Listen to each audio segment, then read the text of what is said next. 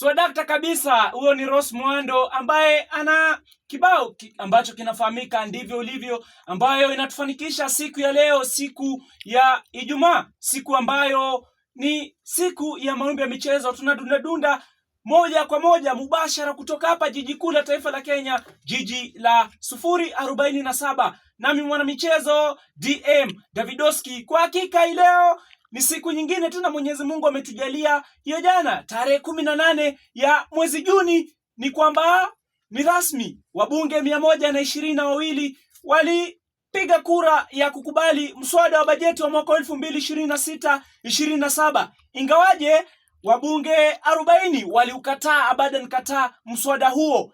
Licha hiyo ni kwamba jumla ya wabunge 349 ni wabunge tu 162 ambao waliweza kupiga kura. Je, hao wengine walikuwa wapi wasiweze kupiga kura? Ni swali ambalo limejitokeza. Je, kulikoni? Mswada huo sasa umeelekea katika hatua ya mwisho ambayo itamwelekeza Rais Daktari William Samoei Ruto atie saini sasa uwe sheria rasmi, kutoka kwa mswada hadi uwe sheria. Wabunge 122 walipiga kura ya ndio kukubali mswada huo wa bajeti wa 2025-26, huku wabunge 40 wakiukataa mswada huo wa 2026-27. Waliokataa ni wakiwemo mbunge wa eneo bunge hili la Roysambu Augustine Kamande Mwafrika na wengineo wengi 39. Kwa sasa maombi ya michezo, tukiachana na hiyo taarifa kuu, ni kwamba tudunde viwanjani, na ni kwamba Rais Daktari William Samoei Ruto ametuma barua ya mwaliko kwa timu ya Arsenal kwa lengo la kuialika timu hiyo Arsenal hapa jijini Nairobi katika taifa la Kenya. Lengo kuu waje angalau kusakata mechi ya kirafiki. Rais alizungumza alipokuwa katika kongamano la G7, mataifa ya Ulaya ambayo alikutana katika kongamano hilo. Rais alielekeza kwamba timu ya Arsenal ambayo inapigiwa upato na mashabiki wengi hapa jijini Nairobi, hilo litokea ambapo Arsenal walitoa ubingwa wa msimu 2025-26 tarehe 24 ya mwezi uliopita, mwezi wa Mei. Kwa sasa namkaribisha mgeni wangu mfanikishi ambaye kwa hakika ufanikisha kipindi hichi kila Ijumaa, iwe Ijumaa au Alhamisi, si mwingine ila ni Mr. Edinson. Huyu hapa ajitambulishe na karibu katika show. Bwana, hali gani? Niko salama. Natumai unaendelea salama. Je, kombe la ulimwengu linakupeleka vipi? Mimi naendelea salama. Kombe la ulimwengu liko sawa. Na tunaendelea kufurahia. Na hilo ni vyema. Nilishuhudia timu yako Ufaransa, timu ambayo unaipiga upato, ikiwatandika Senegal magoli 3-1. Unajihisi vipi kutokana na ushindi huo? First of all, mimi nasikia poa juu. Senegal pia ukiangalia Afrika sio timu rahisi kucheza nao, ni timu pia pale kwa kiwanja wanaguza. Na kwa kiduchu tu tuzungumzie kwanza swala hili la Rais Daktari William Samoei Ruto kutuma barua ya mwaliko kwa timu kwa klabu ya Arsenal, hasa kuialika kuja hapa nchini Kenya angalau kucheza mechi moja katika viwanja mojawapo. Je, huo ni uamuzi bora? Na je, kwa maoni yako unaonelea vipi hilo? Je, Arsenal kuja hapa nchini Kenya litaongeza kuboresha ligi kuu hapa nyumbani na soka kwa ujumla? William Ruto najua yeye ni shabiki wa Arsenal. So hiyo idea yake ya kuwaita sio mbaya, iko sawa, kwa sababu unajua kisha kama hiyo pia itaonyesha maplayer wa Kenya composure, azin venye wakiwa kiwanja ndio Arsenal wawini hiyo ligi walikuwa wamejicompose. So pia kuwaleta hiyo iko sawa juu pia watu wataona yenyewe kumbe hivi ndio wanachezanga. Pia sisi pia watapata hiyo experience, at least siku moja walicheza na English Premier League winners siku moja itakuwa pia historia ya. Na utakumbuka mwaka 2018 mwenzangu Mr. Edinson, wakati huo timu ya Everton walipokuja hapa nchini Kenya na kusakata mechi ya kirafiki dhidi ya Everton, ambapo Kariobangi Sharks walimtandika Everton kupitia mikojo penalty. Je, tena ni nafasi kwa timu nyingine ya hapa nchini Kenya au timu jumuishi ambayo itajumuisha wachezaji wote wa ligi kuu hapa nyumbani pamoja na wachezaji wengine? Kulingana na mimi, naam, unajua hizo timu za England kama sasa ukiangalia World Cup na hii nini ya wanalia hii weather nini ni mbaya, so unaona pia wakikuja Kenya itakuwa ni kama hii weather yetu na yao maybe haipelekani, so maybe pia Kenya inaweza angukia hapo juu angalia pia weather ya. Na endapo klabu hiyo Arsenal itakubali, basi mwaliko huo wa Daktari William Samoei Ruto kuja hapa nchini Kenya angalau kupiga mechi ya kirafiki au katika lengo la kuja hapa nchini Kenya, litakuwa ni jambo zuri na heko na kongole zimuendee. Na sasa tukiachana na hilo, tuzamie katika shughuli pevu, shughuli ya kombe la ulimwengu. Na ni kwamba ewe mtazamaji, kombe la ulimwengu kwa sasa imeingia mechi ya pili za makundi. Hiyo jana Mexico wakiwa nyumbani walindima timu ya Korea Kusini kwa goli 1-0. Kutokana na ushindi huo, timu ya Mexico ndio timu ya kwanza kufuzu hadi hatua ijayo ya raundi ya 32, raundi hiyo ya muondoano, knockout stage. Sasa mechi nyingine ambayo ilirindimwa hiyo jana ni kwamba timu ya Czech Republic, Jamhuri ya Czech, ilitoka sare ya goli 1-1 dhidi ya timu ya Afrika ya Kusini. Kwingineko ni kwamba Canada nao wakiwa nyumbani, hao ni wenyeji wenza, wakakitia mchanga kitumbua cha Qatar kwa magoli 6-0, mchezaji Jonathan David akifunga mkongoto wa magoli 3 na kwa sasa ndiye mfungaji bora pamoja na Lionel Messi, mfungaji wa timu ya Argentina. Mechi nyingine ambayo ilipigwa jana ni Uswizi dhidi ya Bosnia, ambapo Granit Xhaka alifunga penalti na kuhakikisha ushindi timu ya Uswizi, Switzerland, wa magoli 4-1 dhidi ya Bosnia. Mechi nyingine ambayo ilipigwa jana ni hiyo Mexico dhidi ya Korea ya Kusini. Kwa sasa kundi A ndilo linalo Mexico ambao wana alama 6 kwa mechi 2 ambazo wamesakata.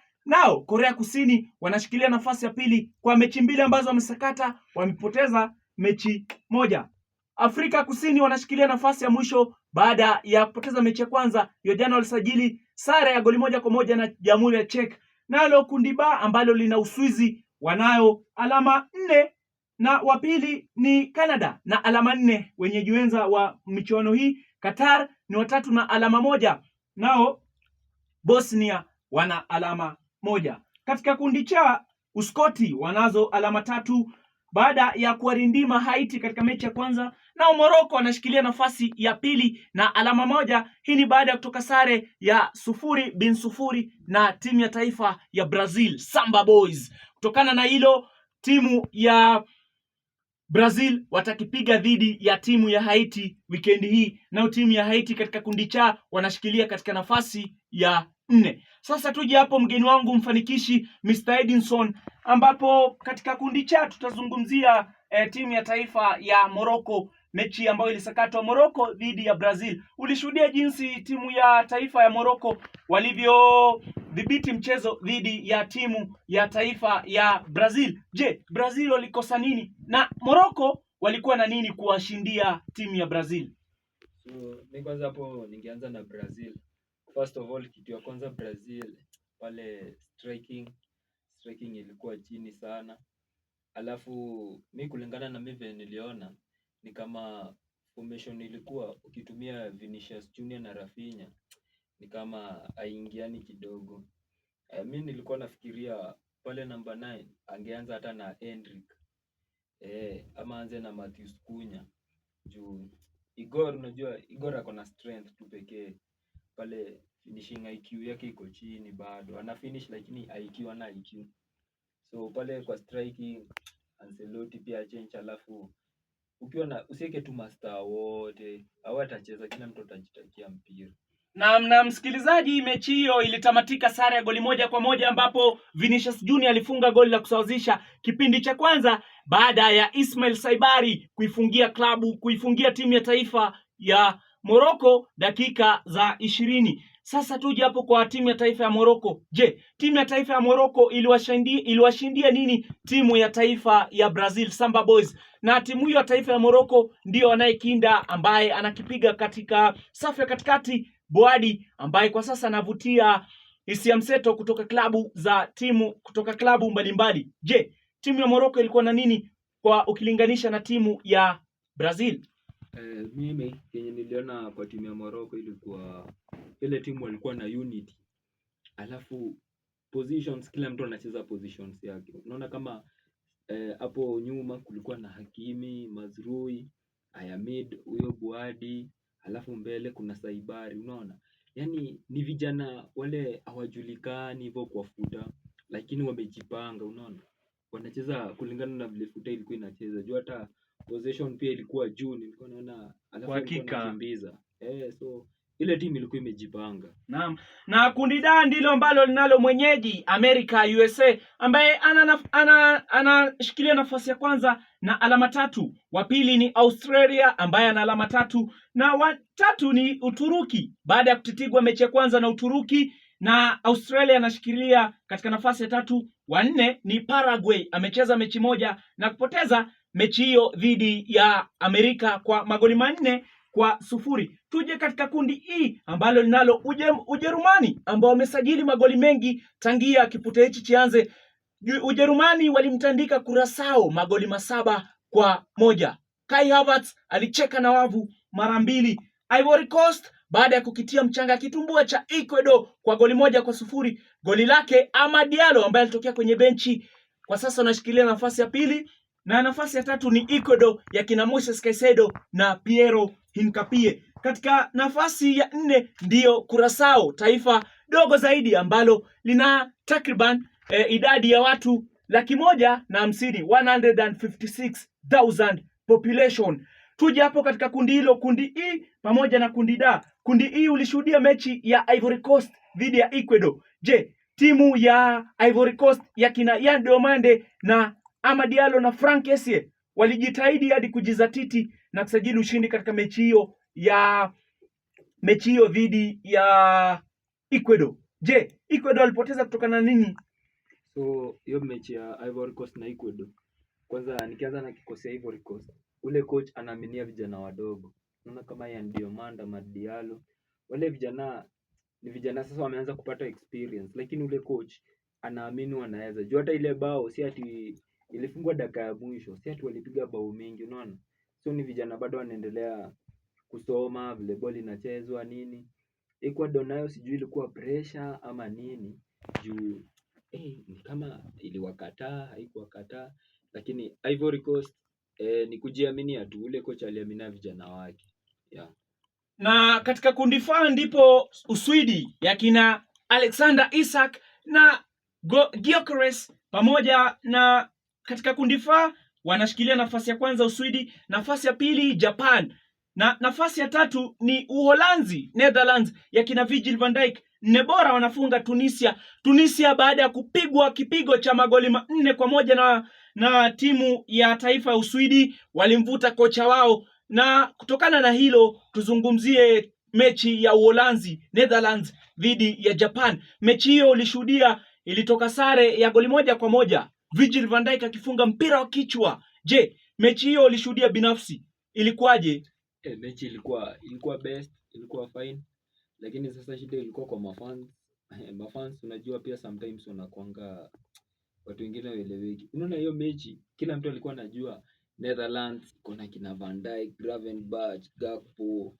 Sasa juu iko na watu wale wachezaji wako na experience, watu walikuwa wanaiaminia. Watu wako wanaona kama Japan ni timu inaweza surprise watu kwa World Cup. Kwa hakika. Lakini sasa juu muiamini nao inajiaminia. Sasa Japan walicheza ni kama wanajua ni World Cup, wako serious. Na vijana wataenda mbali. Ile timu yao pia sio mchezo, wanaguza. Kwa sasa tuelekee katika kundi G Group G, ambapo timu ya taifa ya Ubelgiji akina Lukaku pamoja na Kevin De Bruyne wanashikilia nafasi ya tatu baada ya sare ya goli moja dhidi ya Misri. Wanashikilia nafasi ya tatu na alama moja, nao Misri wanafunga 4 na alama moja. Kundi hili timu zote zilitoka sare. Nambari ya kwanza ni New Zealand na alama moja, nambari ya pili ni Iran na alama moja. Je, mechi hiyo ya Misri na Ubelgiji ulishuhudia binafsi? Mechi hiyo ilitoka sare ya goli moja kwa moja, Lukaku akitokea kwenye benchi na kufunga goli la kusawazisha. Mechi hiyo Misri walikosa nini endapo wangesajili ushindi? Misri, Egypt, ile pia ni timu Afrika inatambulika juu watu kama akina Mohamed Salah. Ni timu inaguza, iko best. Lakini sasa unajua Afrika akisikia anaenda kucheza na mzungu, kuna ile anaogopa. Anaona kama ile timu ni kali, nini, ajitambui, unaona. So Egypt hawakuwa na confidence. Wangekuwa na confidence, wangeshangaza watu sana wakichapa hiyo Belgium. So inafaa wajiaminie. Na msikilizaji, mechi hiyo ya Ubelgiji dhidi ya timu ya Misri ilimkutanisha wachezaji wenza ambao wanaitumikia klabu ya Manchester City, Jeremy Doku wa Ubelgiji Belgium dhidi ya Omar Mamouche wa timu ya taifa ya Misri. Wote wanatokea klabu ya Manchester City. Kwa sasa naelekea mapumziko mafupi. Baada ya muda usiokuwa mrefu nitarejea na mengi zaidi katika kipindi maalum hichi cha Mawimbi ya Michezo na mgeni wangu mfanikishi Mr. Edinson, ambapo tunazungumzia masuala ya soka kandanda, ambapo kombe la ulimwengu umerindima, mechi ya pili za makundi unapigwa. Je, kulikoni? Naelekea mapumziko mafupi.